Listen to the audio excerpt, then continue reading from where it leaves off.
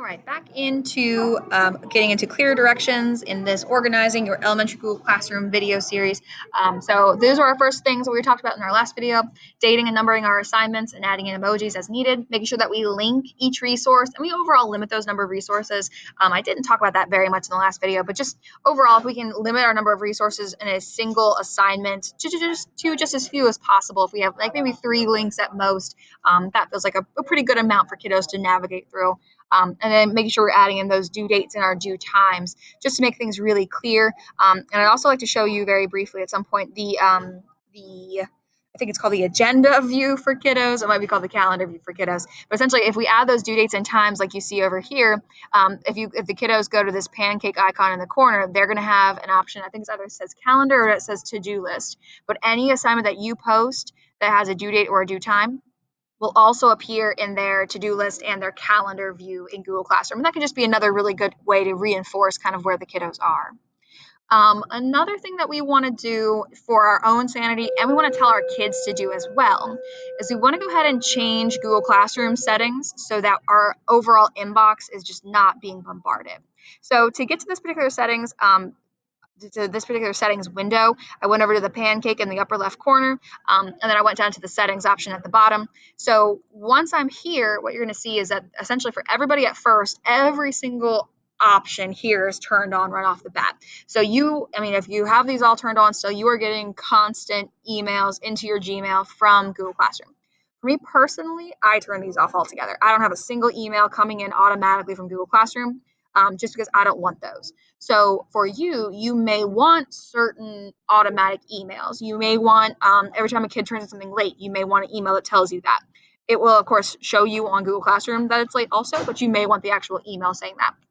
If you're invited to co-teach a class, you may want to see an email that goes along with that. You may want every setting turned on, but only in certain classes. So it's entirely up to you how you want to do this, but that is a great tool to kind of ease the overall strain of the Gmail inbox. And the kiddos could do the exact same thing with theirs. So at our littlest grade levels, I don't think this matters quite as much, but I think in like 3rd, 4th, and 5th grade, email is turned on from my understanding that you can email essentially in-house to in-house. So like TUSK12 and TUSGE, both of those email addresses can be accessed for our kiddos. So if that is the case, as I believe it is, that's going to be something to help them long term, as they're kind of getting familiar with like looking at an email account, which I mean, I don't even know if by 5th grade they're even considering that, if that's a normal case for you guys or if it's not. But just something to consider, because by like 6th, 7th grade, of course, it's going to be. So either changing your own settings or changing settings for the kiddos, either way, that's just a really good kind of practice to make life easier for all of us. Another thing would be adding guardians into Google Classroom. This is going to be a really helpful thing for our kiddos. So to do this, just as I showed in that video, so you went over to the gear icon over in the right-hand side of your screen, and you're going to scroll down, and you're going to find the Guardian Summaries, and you want to make sure that that toggle is clicked on.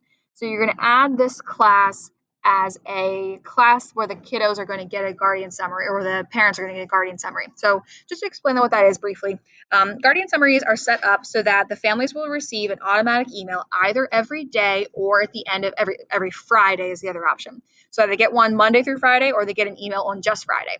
And that email contains, for the families, a summary for that kiddo for every Google Classroom that they are enrolled in. So for the high school, that's really helpful because some of our kiddos are in 10, 12 Google Classrooms.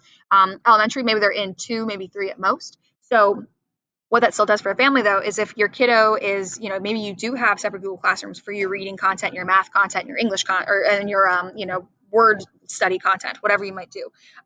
If you have that set up, once you add a kiddo's parent email address one time, they will automatically get a email update with everything that they're either missing, everything they turned in, all that information for every class that has Guardian Summaries turned on. So again, for the high school, if you're in 10 classes and 9 of them have Guardian Summaries turned on, then that family's getting, updates on those 9 classes, maybe not that last one.